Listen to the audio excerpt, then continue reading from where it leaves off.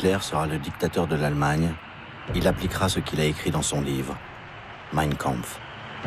Une race plus forte chassera les races faibles, car la ruée finale vers la vie anéantit les faibles, pour donner leur place aux forts.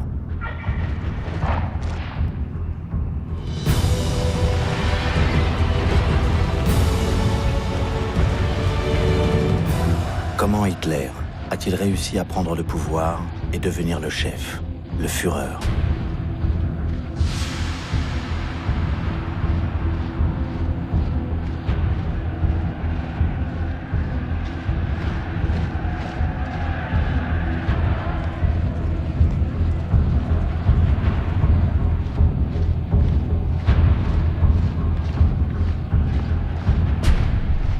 Nuremberg, 1929. Au congrès du parti nazi commence véritablement ce que le dramaturge allemand Bertolt Brecht appelle la résistible ascension d'Adolf Hitler. Une nouvelle crise économique très violente, partie des États-Unis, ravage le monde et surtout l'Allemagne.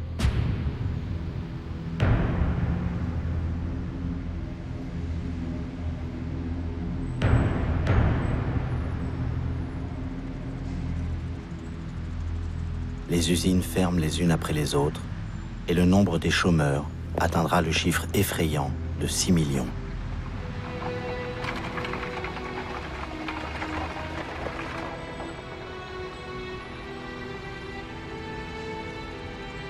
Désespérés, ils sont nombreux à se tourner vers les nazis et vers les communistes qui ont aussi leurs troupes de paramilitaires en uniforme.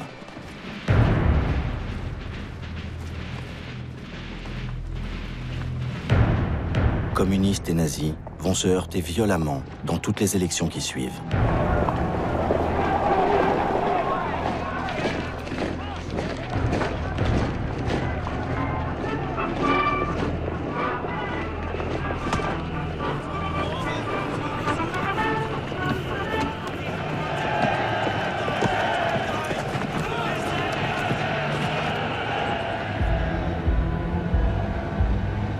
Hitler provoque le désordre et prétend être le seul à pouvoir l'arrêter.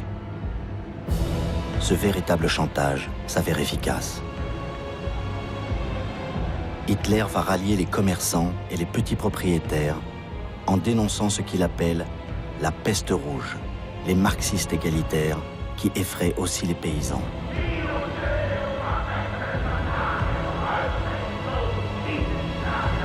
Le résultat est incroyable. 100 députés nazis font leur entrée au Parlement allemand, le Reichstag.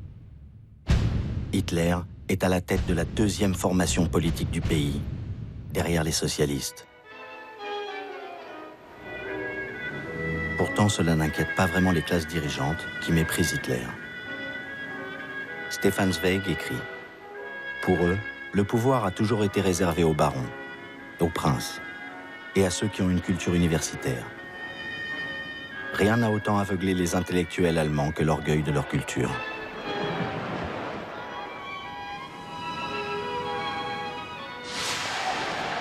Pendant ce temps-là, Hitler continue son ascension.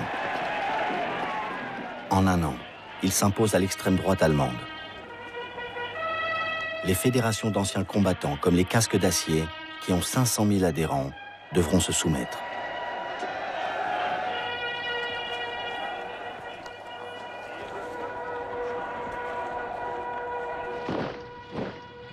Derrière cette posture dominatrice, Hitler cache un terrible secret. Il sort à peine d'un scandale dont il a bien failli ne pas se remettre. Des rumeurs circulent dans la presse. Il vient de vivre un drame personnel. Une passion pour sa propre nièce, Kelly Raubal, 23 ans. Il l'a aimée d'une manière irrationnelle, possessive. Elle vient de se suicider. Elle vivait avec lui, dans son appartement de Munich. Elle avait confié à un ami « Mon oncle est un monstre. Personne n'imagine ce qu'il exige de moi. »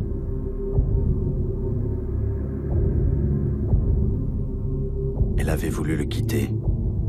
Elle était morte. Une campagne de presse se déchaîne contre lui, l'accusant de déviation sexuelle et même d'avoir fait tuer Geli. Hitler, très déprimé, menace à son tour de se suicider. Son entourage s'inquiète et décide de réagir. Son photographe, Heinrich Hoffmann, lui avait présenté l'une de ses secrétaires. Elle ressemble à Geli. Elle s'appelle Eva Braun. Elle a 19 ans. Elle est déjà assez délurée. Elle fera l'affaire. Elle est séduite par la popularité du chef du parti nazi. Hitler va en faire sa nouvelle maîtresse de l'ombre. Il se proclame célibataire, marié à l'Allemagne, pour séduire l'électorat féminin. Les Allemands ont déjà le droit de vote grâce au mouvement féministe.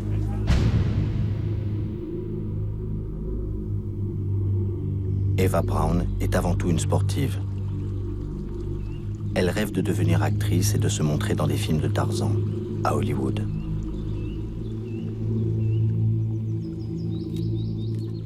Auprès d'elle, Hitler retrouve sa hargne d'animal politique, alors que s'annonce la fin du mandat du président de l'Allemagne, Hindenburg. Hitler est candidat à sa succession en 1932. À peine 10 ans après sa tentative de putsch et la prison, Hitler pourrait devenir président de l'Allemagne. Les Allemands découvrent un affichage impressionnant. Le chef de la propagande nazie, Joseph Goebbels, dit « Soyons grandioses ». Il invente une campagne électorale ultramoderne, en avion, une première en Europe. Le plus grand appareil commercial de l'époque est mis à sa disposition par le directeur de la compagnie aérienne, Lufthansa, qui ne refuse pas cette publicité.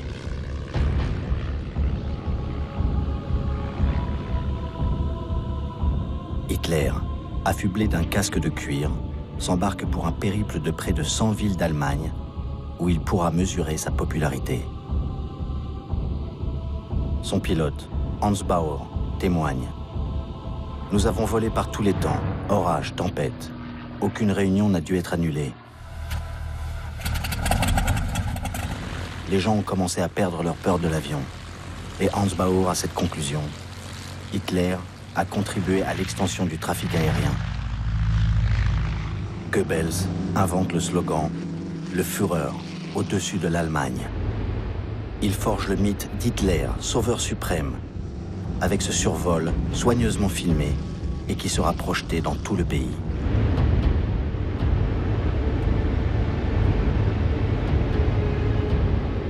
Mais Goebbels n'est pas si détendu. Cette campagne coûte cher et les industriels se méfient encore un peu de la violence d'Hitler. Les nazis doivent faire payer l'équivalent d'1 € à chacun de ceux qui viennent écouter Hitler. Cela ne les rebute pas, au contraire. Un spectateur, von Spahn, raconte cette expérience. Soudain, j'ai senti les yeux d'Hitler sur moi et j'en ai été frappé pour toute ma vie.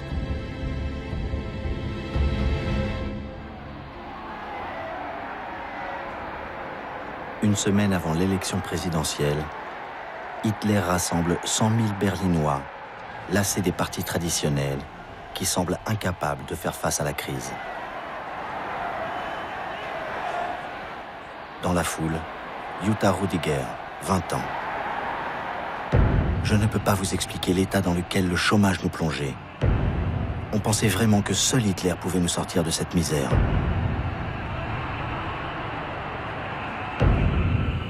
Sie reden nicht von den Zehntausenden, die Jahr für Jahr den Gashahn aufdrehen, nicht weil es ihnen zu gut geht. Grâce à son discours pseudo-social, Hitler devient un candidat sérieux à la présidence. Alors la presse se déchaîne. À droite, Hitler est présenté comme le prototype de l'aventurier politique. À gauche, les insultes sont plus personnelles. Hitler est traité d'efféminé, de tricheur demi-fou, de charlatans vaniteux, de faux durs à la cravache en peau de rhinocéros.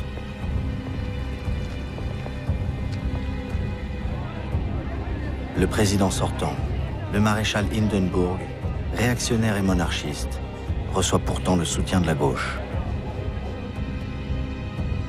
Ce qui montre que le danger hitlérien grandit, comme le martèle l'un de ses principaux opposants, le socialiste Otto Wels. Entscheidet euch schnell! Es ist keine Minute Zeit mehr zu verlieren. Nur einen Gedanken, ein Ziel kann es noch geben. Der Faschismus muss geschlagen werden bis zur Vernichtung. Vorwärts und durch für die Freiheit, die Republik und die deutsch geschaffene Arbeit. 10 avril 1932, le verdict tombe. Hitler ne sera pas président. 13 millions d'Allemands ont voté pour lui. Un tiers de l'électorat. C'est énorme, mais insuffisant.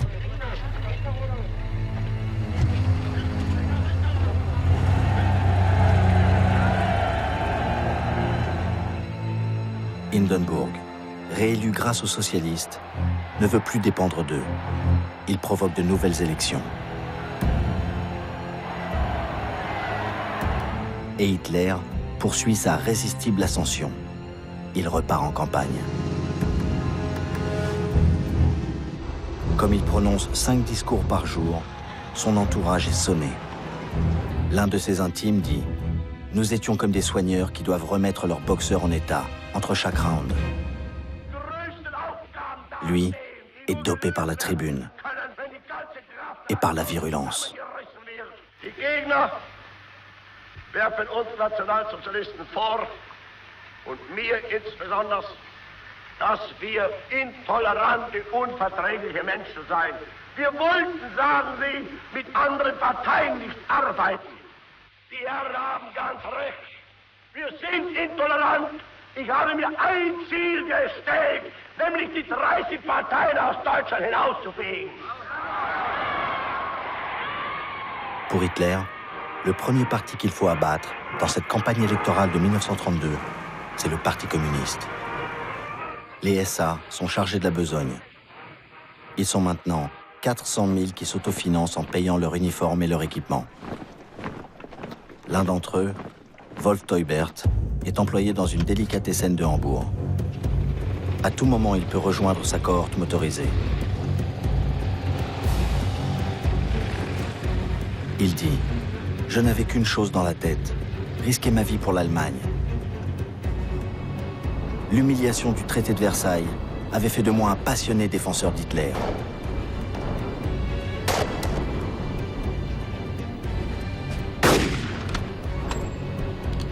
Il y avait la camaraderie, la solidarité et la fierté d'avoir un uniforme.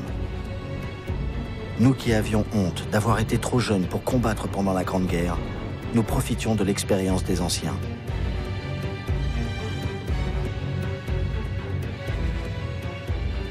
Goebbels leur avait fabriqué une idole, un petit voyou berlinois, promu chef de section d'assaut, Horst Wessel.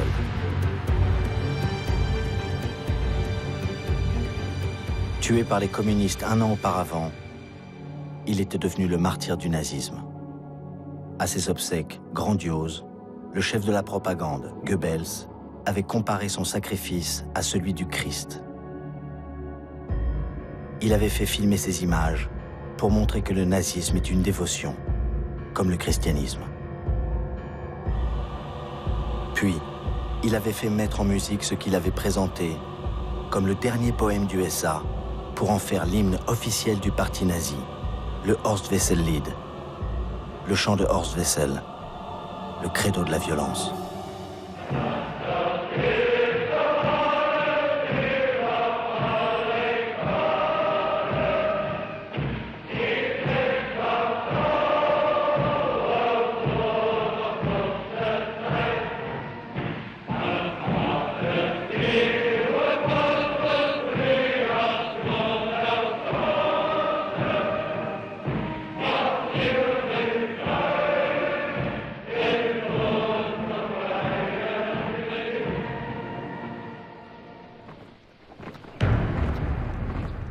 Le Front Rouge, ce sont les milices communistes qui ont toujours porté la casquette d'ouvrier et la blouse à la russe.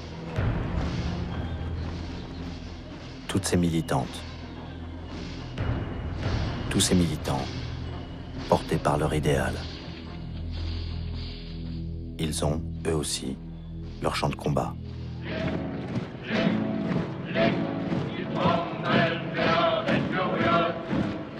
Wir geben dem Feind einen kräftigen Tritt und was wir spielen ist Dynamit, unser Blitzsack der Bourgeoisie.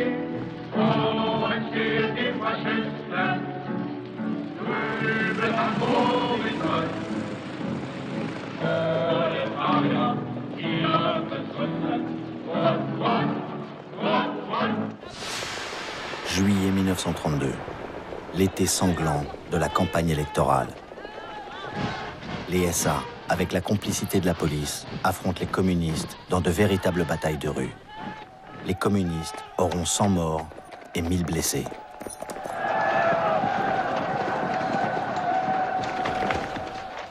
Beaucoup d'Allemands, épuisés par le désordre et l'impuissance du gouvernement, approuvent les violences nazies. D'où le résultat des élections. 230 députés nazis. Hitler est désormais le chef du premier parti politique du pays.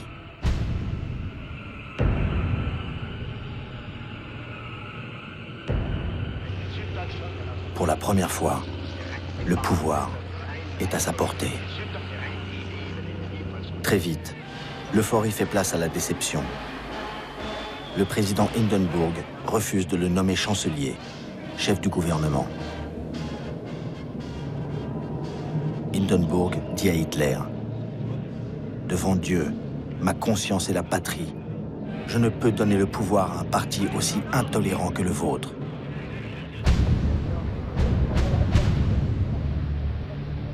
Hindenburg lui propose quand même d'entrer au gouvernement. Mais Hitler ne se juge pas comme un homme politique ordinaire qui cherche un poste ministériel. Il veut tout le pouvoir pour fonder un État totalitaire. En quelques semaines, Goebbels, à la tête de l'énorme groupe parlementaire nazi, réussit à paralyser le jeu démocratique. Aucune majorité ne peut se former. Goebbels, avec le sourire maléfique de ses mauvais coups, annonce « Il est grand temps de dissoudre cette assemblée qui ne reflète plus la volonté du peuple. » Ich halte diesen Reis dafür vollkommen überfällig und bin der Überzeugung, dass aufgelöst werden muss, weil nicht mehr dem Willen des Volkes entspricht. Il faut de nouveau des élections, les troisièmes en un an. Elles auront lieu en novembre. Hitler pense encore en profiter. Die Energie und die Zähigkeit gehabt von den damaligen 1000 Mann vor 10 Jahren bis heute 14 Millionen zu machen. Und ich werde aus den 14 Millionen die 20 und die 30 Millionen machen.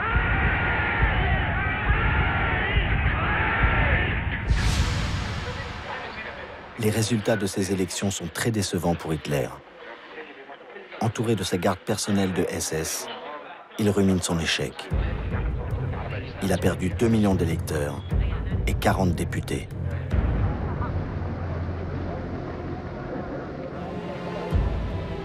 Goebbels dit « Nous avons pris une claque. Hitler a refusé d'entrer au gouvernement. Les électeurs n'ont pas compris pourquoi. » Goebbels lit avec amertume la presse mondiale. Le Daily Herald de Londres écrit « L'hitlérisme comme force politique est mort. » Le quotidien français, Le Populaire, dirigé par un grand nom du socialisme, Léon Blum, titre « La fin de Hitler ». Non. 3 mois plus tard, Hindenburg, toujours dans l'impossibilité de constituer une majorité, a fini par désigner Hitler, chancelier d'Allemagne.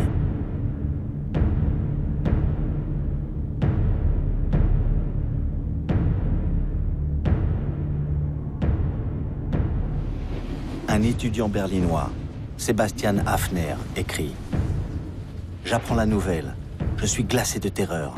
L'espace d'un instant, je sens physiquement l'odeur de sang et de boue. Je perçois quelque chose de dangereux. comme la grosse patte sale d'un animal prédateur qui plaque ses griffes sur mon visage. Pour en arriver là, le loup s'est fait agneau. Hitler a rassuré Hindenburg en ne demandant que 2 postes ministériels pour les nazis. Celui de l'intérieur pour un policier de Munich, Wilhelm Frick, et Hermann Göring pour lui aussi contrôler la police. 2 postes clés.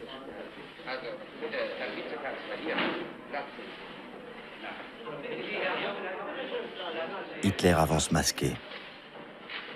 Il veut montrer que les membres du gouvernement les plus importants sont un conservateur, Franz von Papen, qui a déjà été chancelier, et l'homme fort de la droite la plus extrême, Alfred Hugenberg, ministre de l'économie et de l'agriculture, au tempérament autoritaire et agressif. Hitler appelle son gouvernement « cabinet de concentration nationale » pour donner l'impression qu'il ne s'agit pas d'un gouvernement nazi, mais d'une coalition nationaliste. L'ensemble, très réactionnaire, pense pouvoir dominer Hitler.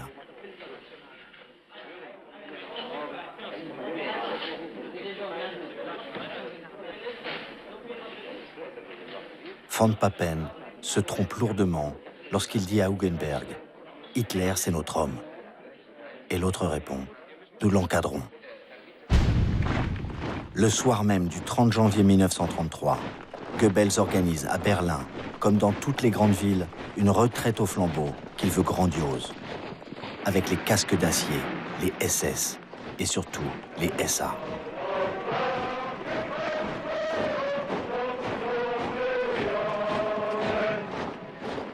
Goebbels proclame qu'ils sont 1 million à défiler, mais l'attaché militaire britannique les estime à moins de 15 000, que Goebbels fait tourner en rond pendant 4 heures.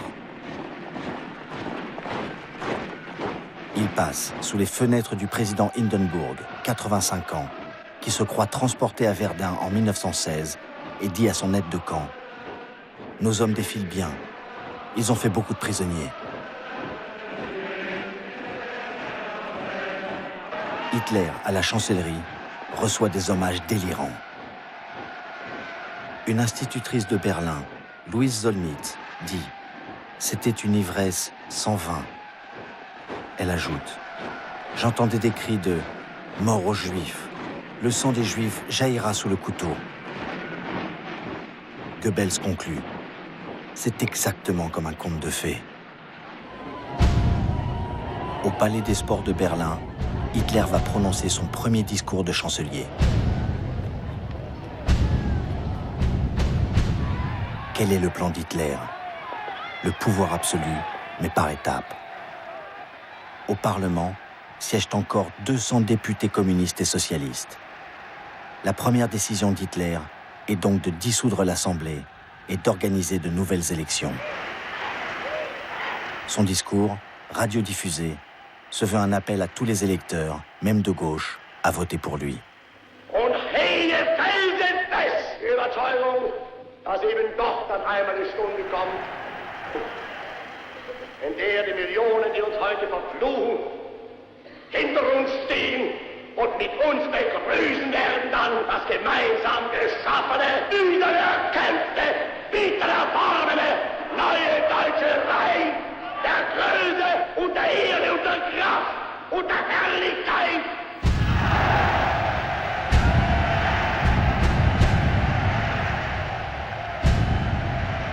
Avec ce discours, somme toute conciliant, Hitler continue à avancer masqué.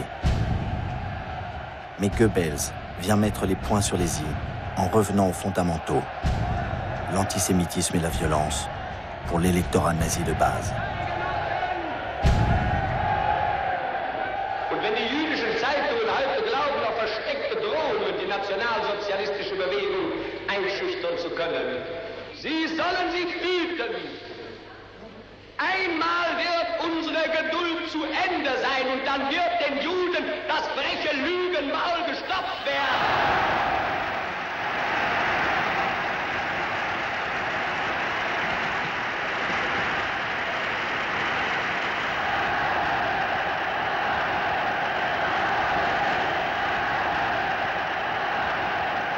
Im Übrigen können unsere Parteigenossen und SA-Männer auch darüber beruhigt sein, dass eher als wir alle denken, die Stunde des Endes des roten Terrors gekommen sein wird.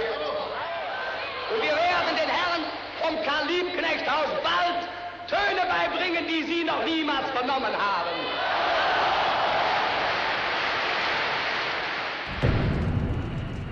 Deux semaines plus tard, à Berlin, le grand bâtiment du Reichstag, le Parlement, brûle dans la nuit. De ce symbole puissant de la démocratie allemande, il ne reste plus rien.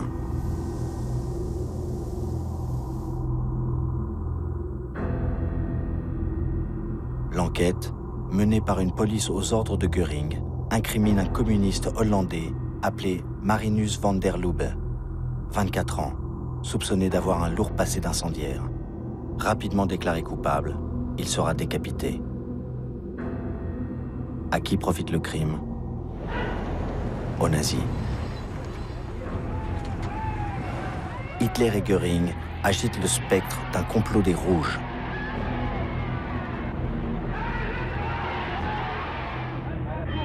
Göring fait arrêter 4000 communistes et leurs chefs.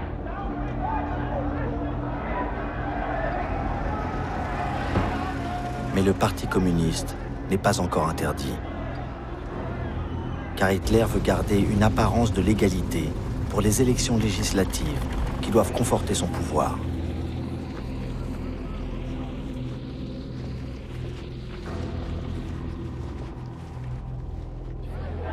Les Allemands, tellement saturés de campagnes électorales et de désordre, voient de nouveau dans tout le pays les SA se déployer, comme disent les nazis, pour protéger la population des attentats communistes.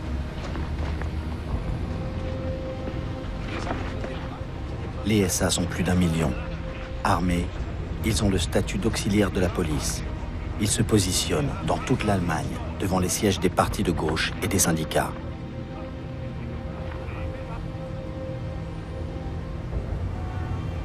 Ils vont, encore une fois, semer leur violence, pendant qu'Hitler, lui, montre ostensiblement qu'il joue le jeu électoral pour continuer à rassurer le président Hindenburg, de plus en plus fatigué.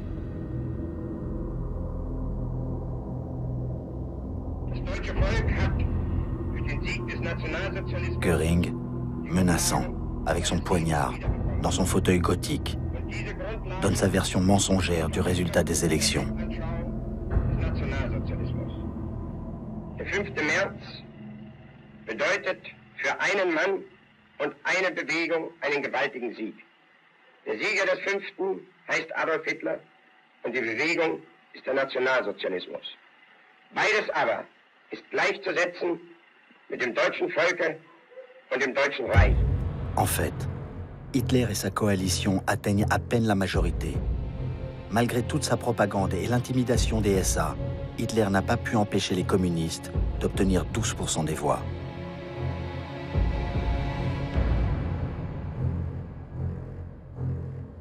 Alors Hitler jette le masque et entre dans l'illégalité, avec la complicité de son gouvernement.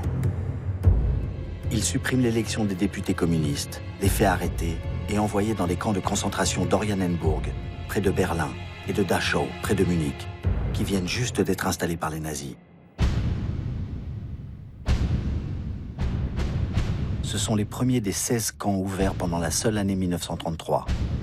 Le nombre des détenus politiques passe à 100 000 dans les premiers mois du régime. L'étudiant communiste Klaus Bastian raconte: les gardes fouettaient les détenus, les poussaient dans l'eau glaciale. Il fallait toujours craindre pour sa vie, de jour et de nuit. Les nazis montrent, au contraire, que ces parlementaires, ces hauts fonctionnaires, ces syndicalistes sont rééduqués.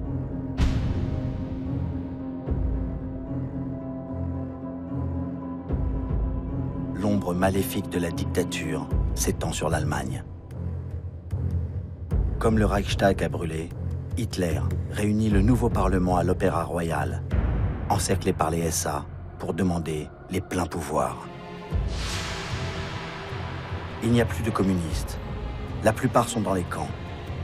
Les 94 socialistes qui sont encore présents auront le courage de voter contre Hitler. Ils seront, eux aussi, arrêtés, emprisonnés ou contraints à l'exil.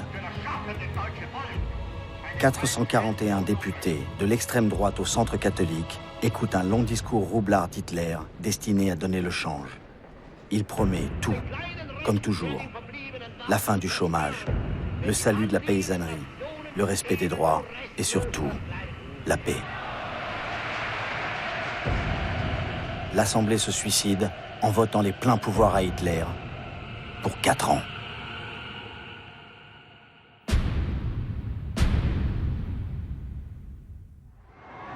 Le président Hindenburg ne pourra plus discuter les décisions du chancelier. Sous les vivats, la démocratie meurt en Allemagne.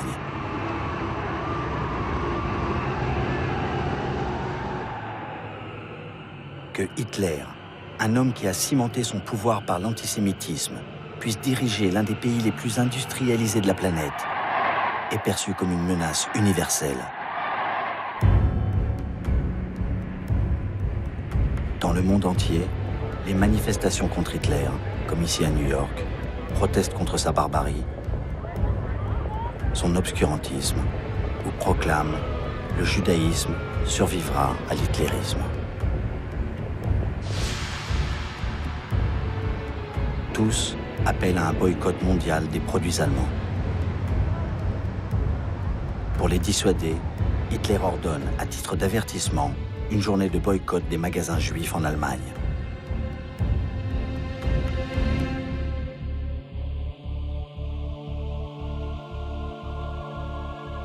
Un cinéaste amateur teste, avec sa femme, la détermination des nazis postés devant les magasins juifs.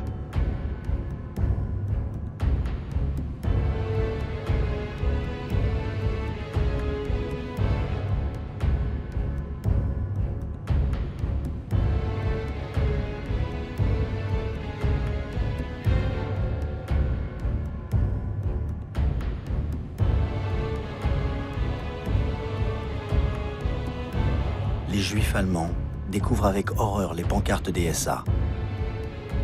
Pas un centime pour le capitalisme juif, acheté allemand. Les Juifs font notre malheur. C'est le début de la persécution.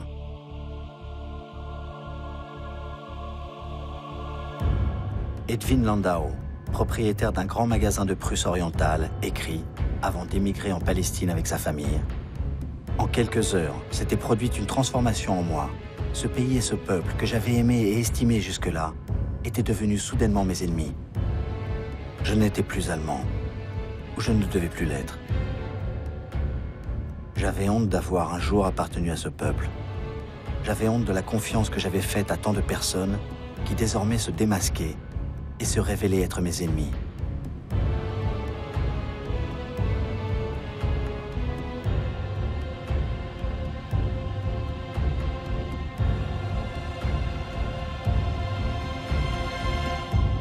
L'antisémitisme a contaminé les universités. Le nazisme a perverti les esprits contre la culture moderne, imposé une idéologie sectaire et intolérante qui va amener les étudiants à brûler eux-mêmes des livres. Aidés par les écoliers et encadrés par les SA, ils rassemblent, dans toute l'Allemagne, les ouvrages des bibliothèques, des librairies, des éditeurs qui correspondent à ce qu'Hitler appelle l'esprit non allemand.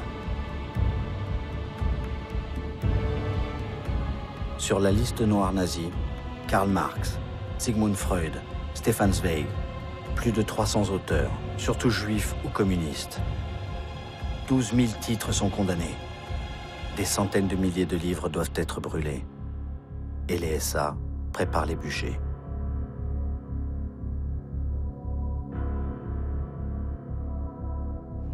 À Berlin, place de l'Opéra, Goebbels prononce le sermon radiodiffusé qui ouvre la messe noire de cette autodafé sortie du Moyen-Âge. Meine Kommilitonen, deutsche Männer und Frauen, das Zeitalter eines überspitzten jüdischen Intellektualismus ist nun zu Ende.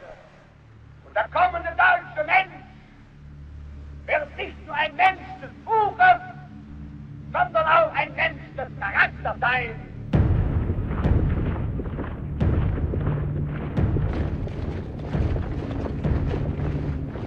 Une jeune berlinoise, Dorothea Gunther, assiste à l'autodafé et au rituel nazi. Elle témoigne. Les SA et les étudiants criaient le titre du livre, le nom de l'auteur. Ils hurlaient qu'il était juif, ou bien pacifiste, ou féministe, ou tout simplement moderne, en prononçant la sentence « Nous te livrons au feu » et en jetant le livre aux flammes. Je restais sans voix et profondément outré, car nous avions lu et discuté nombre de ces ouvrages qui finissaient en flammes.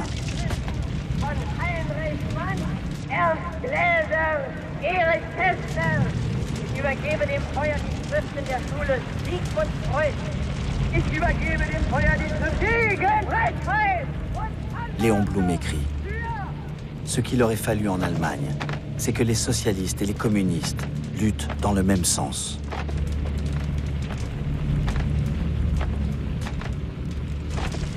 Mais les socialistes ne le voulaient pas. Et pour les communistes, Moscou avait donné ses ordres. Pas d'alliance avec les socialistes, qualifiés de sociaux-traîtres. Les consignes suicidaires de Staline ont bien aidé Hitler.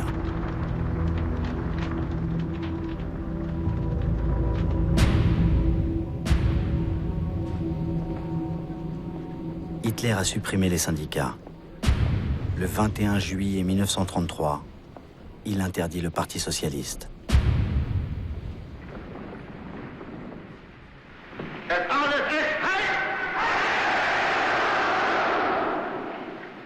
Die große Zeit ist jetzt angebrochen.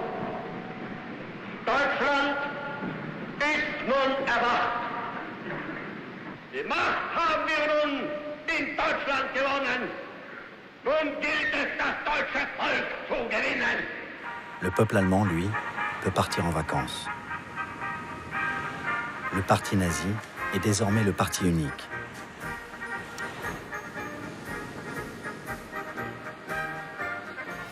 Ces slogans antisémites n'intéressent pas trop les gens.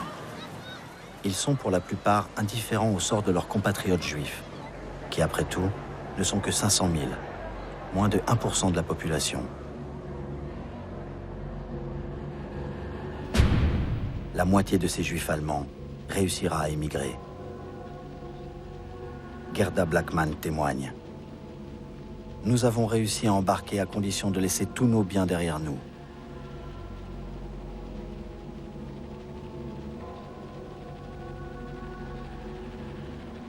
Les juifs allemands, les plus démunis, resteront bloqués en Allemagne. Ils seront déportés dans les ghettos de l'Est, puis exterminés dans les camps.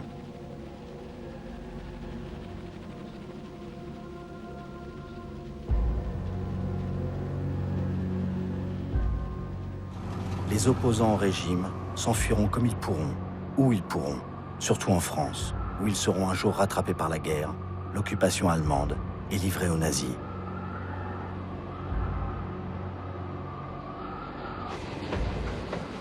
Beaucoup de ceux qui ne partiront pas à temps ou qui voudront rester pour continuer la lutte seront capturés et martyrisés dans les camps.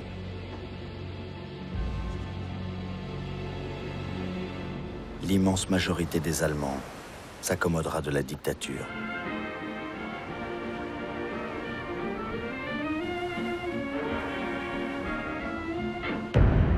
Certains commenceront à monter, chaque matin, le drapeau à croix gammée, devenu l'emblème officiel de l'Allemagne.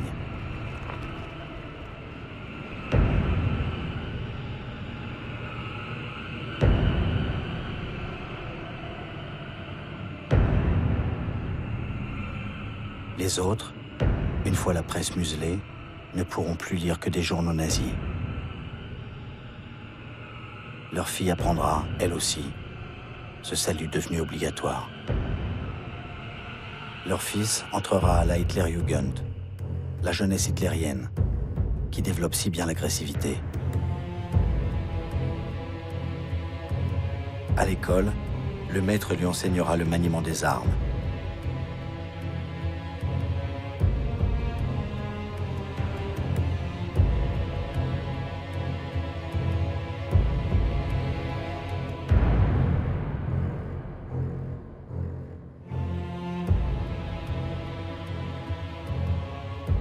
l'instituteur devra prendre des exemples judicieux et vivants pour aborder l'arithmétique.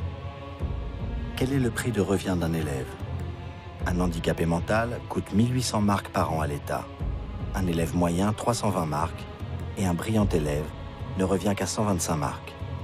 Conclusion, la société ne peut survivre que si ses citoyens sont génétiquement sains.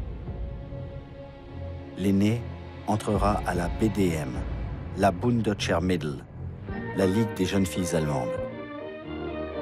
Elles forment de bonnes épouses qui auront beaucoup de petits soldats. Ils se feront tuer, à 10 ans, dans les derniers combats de Berlin. Mais tout cela, les Allemands ne le savent pas encore dans cet été de 1933.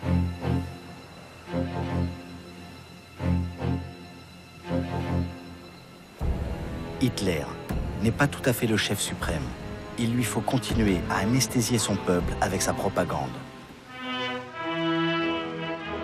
Comme le film « La victoire de la foi » sur le premier congrès depuis la prise de pouvoir du parti nazi, désormais parti unique.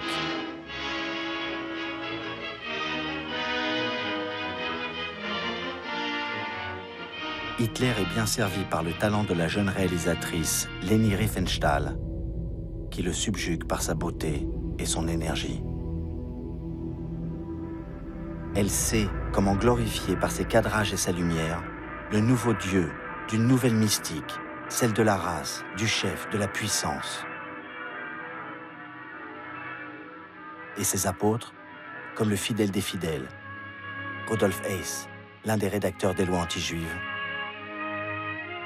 Joseph Goebbels, qui a fait de la propagande un grand ministère, Hermann Göring, qui va faire renaître l'aviation allemande, ou Ernst Röhm, le chef de cette horde de fanatiques, les SA.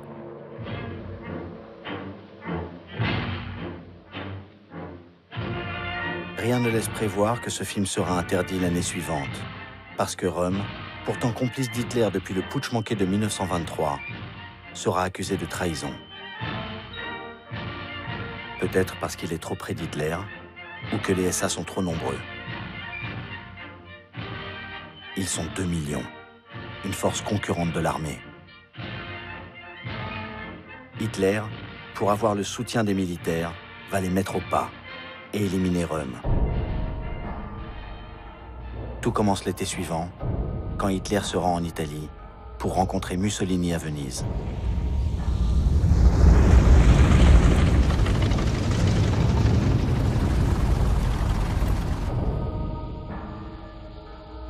Hitler est impressionné par son grand aîné, son modèle.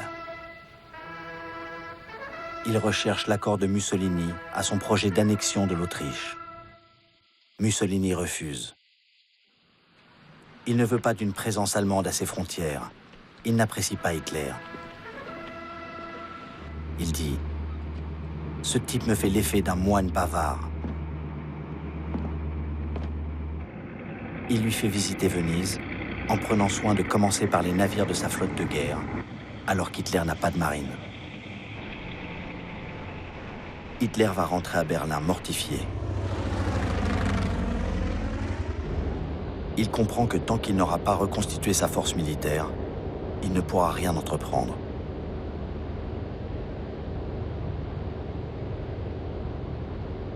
Hitler se rend aux manœuvres de la Reichswehr, la petite armée allemande, réduite par le traité de Versailles à 100 000 hommes, mais très entraînée.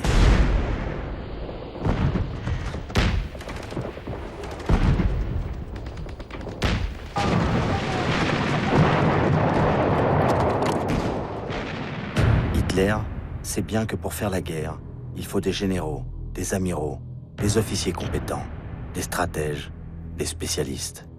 Il a toujours promis à l'armée de la délivrer du carcan du traité de Versailles, de lui redonner ses effectifs et son armement. Mais les généraux veulent plus. Ils veulent la peau de Röhm et des SA, qui pourraient avaler l'armée.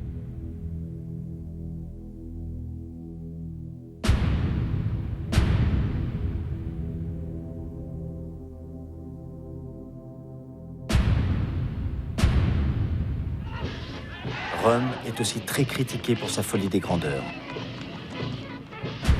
Il fait de l'ombre à Hitler. Les milieux de l'industrie s'inquiètent quand il proclame « La révolution nationale socialiste n'est pas terminée ». Goebbels dit « C'est un bolchevique déguisé ». Ils sont complices depuis 15 ans. Mais Hitler a pris sa décision. Éliminer Röhm en prétextant qu'il prépare un coup d'État.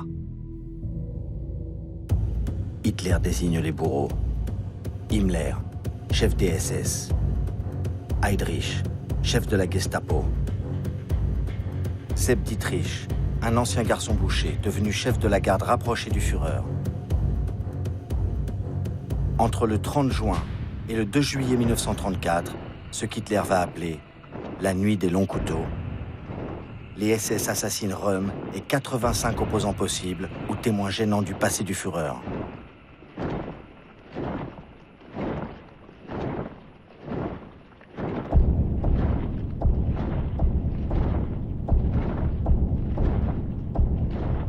Après la disparition de Röhm, les SA perdent toute influence et sont réduits au service d'ordre.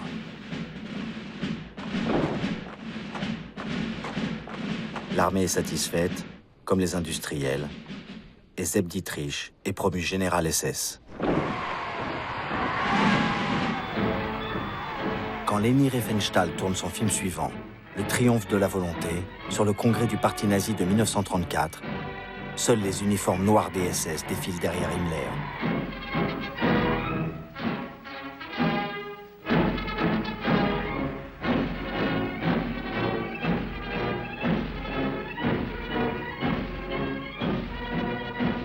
Maintenant, en haut de la pyramide, Hitler est seul. Un mois après, la nuit des longs couteaux, le dernier président de la République, le maréchal Hindenburg, meurt à 87 ans. La démocratie est morte et enterrée depuis longtemps. La dictature continue sa marche implacable. Hitler devient le chef des armées. Son pouvoir est total. Et tous les soldats jurent fidélité au Führer, notre chef et celui du peuple allemand, Adolf Hitler. Adolf Hitler!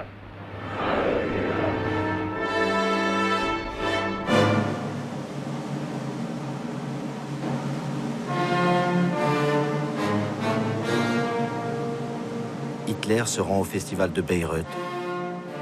Écoutez Wagner, son musicien préféré.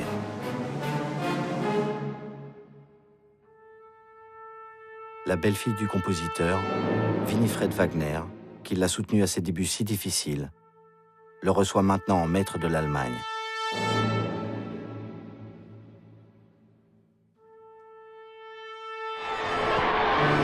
Hitler peut mesurer le chemin parcouru. Il a réalisé le rêve insensé de sa jeunesse. Devenir Rienzi, son héros wagnérien favori, qui se sacrifie pour sauver son peuple, en adoration devant lui.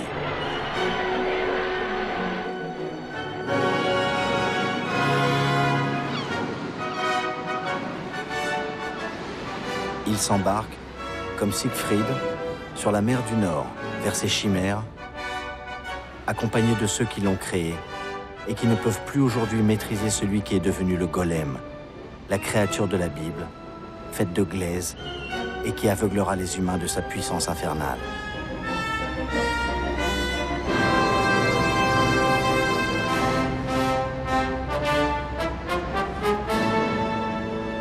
Hitler va d'abord s'approprier les réussites de la République de Weimar, comme les fameuses autoroutes, qui deviendront les vitrines du régime nazi.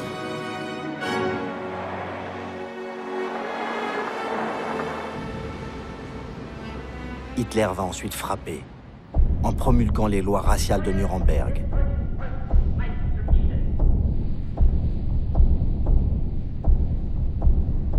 Il va brûler les synagogues dans le grand pogrom de la nuit de cristal, prélude à la solution finale.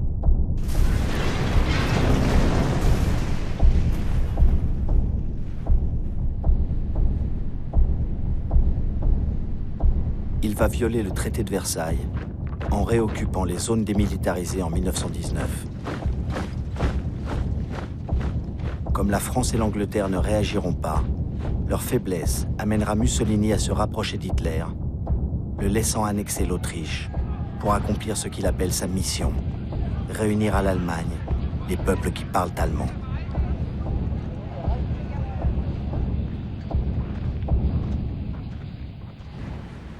Il va intervenir dans la sanglante guerre d'Espagne en lançant ses bombardiers, assassiner la population de Guernica et en assurant la victoire des fascistes de Franco sur la République espagnole.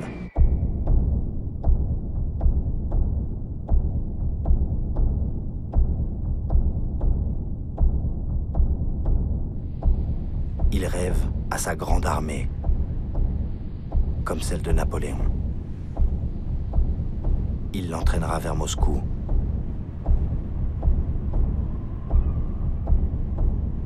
En proclamant toujours qu'il veut la paix.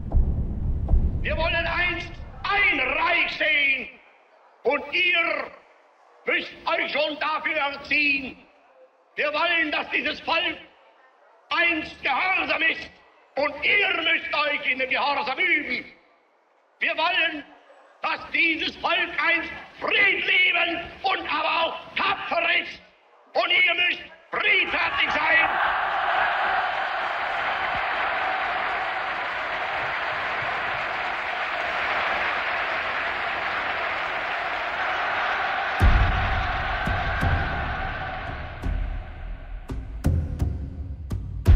L'Allemagne, abreuvée de discours et de manifestations grandioses, va perdre le contact avec la réalité.